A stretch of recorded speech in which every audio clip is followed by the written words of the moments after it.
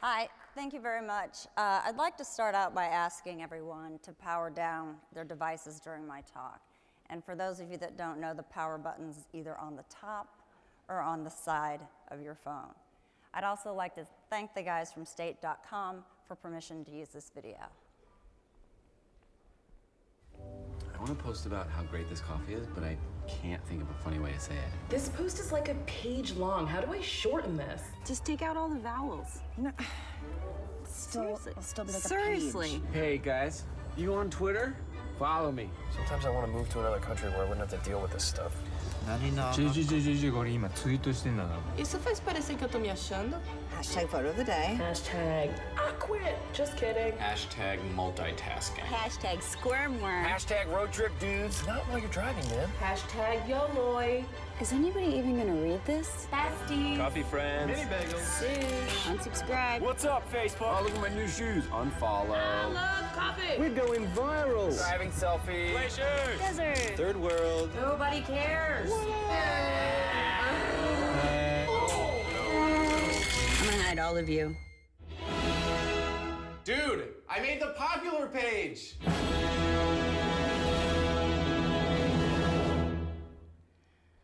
So I want to talk about three things tonight. How social media is disconnecting us, what's happening now, and how we can do better. Gallup took a poll in 2001, and every average American said that they had 10 really close friends. The same poll this year said we had 2. So what happened? Where did everybody go? And I think we know where. I think we've all seen this by now, maybe even been a little guilty of it ourselves. I see families like this out to dinner all the time, and it drives me nuts. And I see couples on dates, clearly together, but on their cell phones. It's one of the strangest things I've ever seen. But to me, what does this say when we are together? To me, it says that there's someone, anyone, on the other end of this screen that's way more important than you, who's right in front of my face. There's a study by Mary Meeker that says we touch our phones or check our phones 150 times a day. And we upload 1.8 billion pictures to Facebook. That's a little over a sixth of the population a day for pictures. Remember when the internet was new? Those of us that do. That was really actually only about 25 years ago, if you can imagine. I remember when we had pagers. Time seemed a little simpler back then. You'd get the beep, you may return the call, you may not return the call. Or when we had answer machines, you could always say that you weren't home. Now we have a list of all these excuses that may or may not work. But it seems like the more we talk about how technology divides us, the more we demand from it. And I think that's a huge risk that we're running in our society today. We have this shortened vocabulary now. It's all about the texting. Even my mom, she says, just text me. And she's a little bit older, I won't say, because she'll see this later. So, OMG, oh my goodness, LOL, laugh out loud, WTF, why the face? So when we abbreviate our vocabulary, what we risk is losing the nuances, subtleties, and intimate parts of our personalities that make up our very rich American vocabulary. And with that shortening, we lose and run the risk of not being able to fully express ourselves and communicate as we move forward. And that, losing our vocabulary, equals a potential loss of being able to express ourselves. How many times does anybody look in horror when their cell phone rings with the personal call? A whole conversation starts happening in your head when it rings. Tiffany, why is Tiffany calling? What does Tiffany want? Why is she calling me?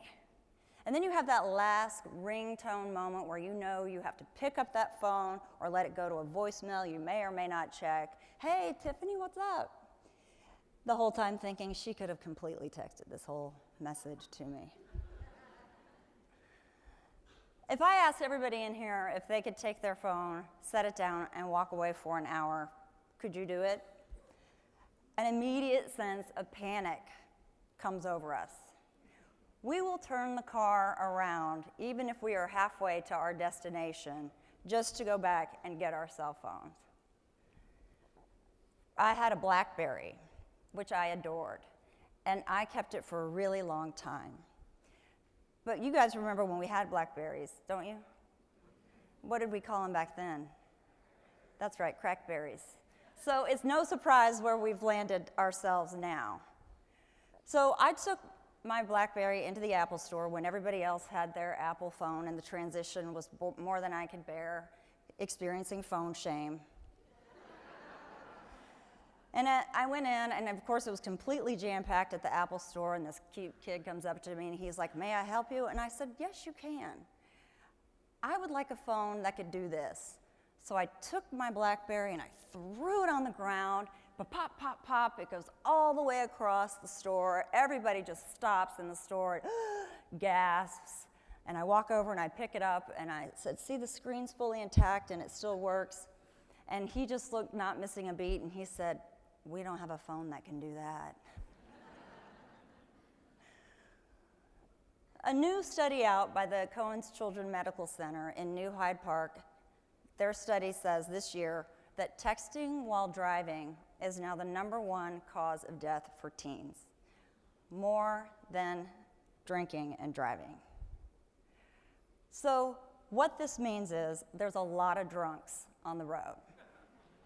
I was speaking to some high school students, and of course, you know, they're always willing to make some sort of bargain, and they raised their hand and they said, "Well, what if you're at a stop sign?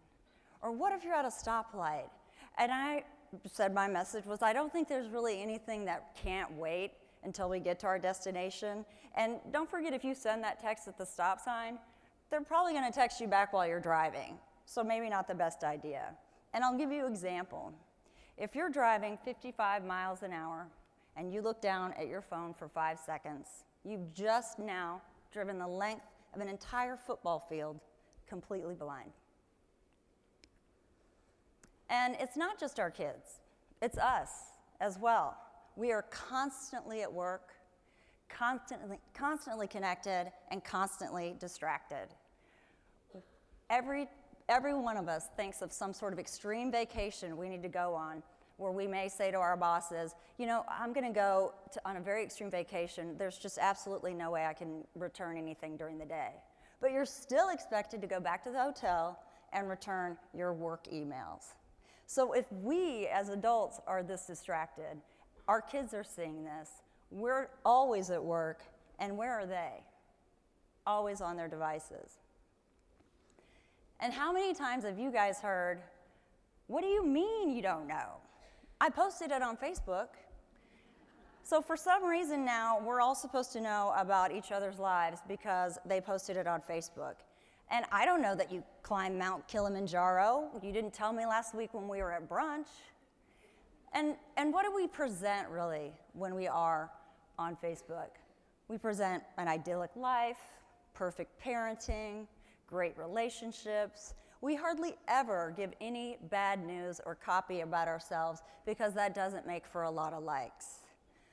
Different high school group I was speaking to, and they raised their hand and educated me on something I didn't know. They said, "You know, we wait until 5 o'clock before we post our Instagram pictures because that's when we know all of our friends are out and we'll get the most traffic."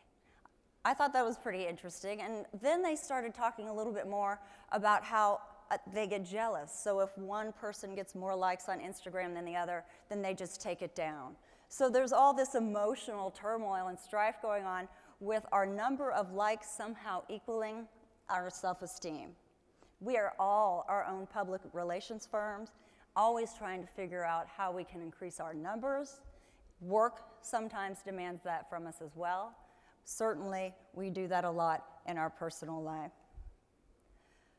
And this is what we present on Facebook. I mean, here's who we really are in real life. And this is what we present on Facebook. Guilty a little bit of it. We have the selfie now. And if you think about a selfie, it's rather a sad invention. It's us taking a picture of ourselves by ourselves. Maybe we can get 2 more people if somebody really has a long arm. The bathroom selfie, I find this hilarious. I see it all the time. I'm like, oh, great, that's you in front of a mirror. Great, going to a party I probably was not invited to, that you're going to be selfieing your way through while I watch Home Alone on Facebook. We have the Oscar selfie. That was a lot of fun. That crashed the Twitter feed, I think most people know. And then we have the funeral selfie, not so fun. She looks very unpleased.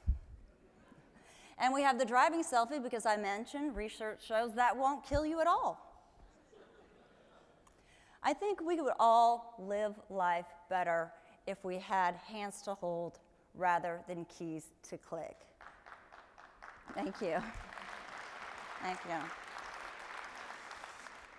I think we need to take that pause in our life, make mud pies, build a fort, take the time to gaze at the clouds for rhinoceroses and unicorns, screen-free. And if change starts from within, we are that change. We can be that change and teach our kids what it was like before we lived life in front of a screen. We can use social media to create positive face-to-face groups and organizations and meeting places like we have tonight. Not hashtag activism, but people activism. We need to look up and see who our neighbor is. We need to look up and put that phone away.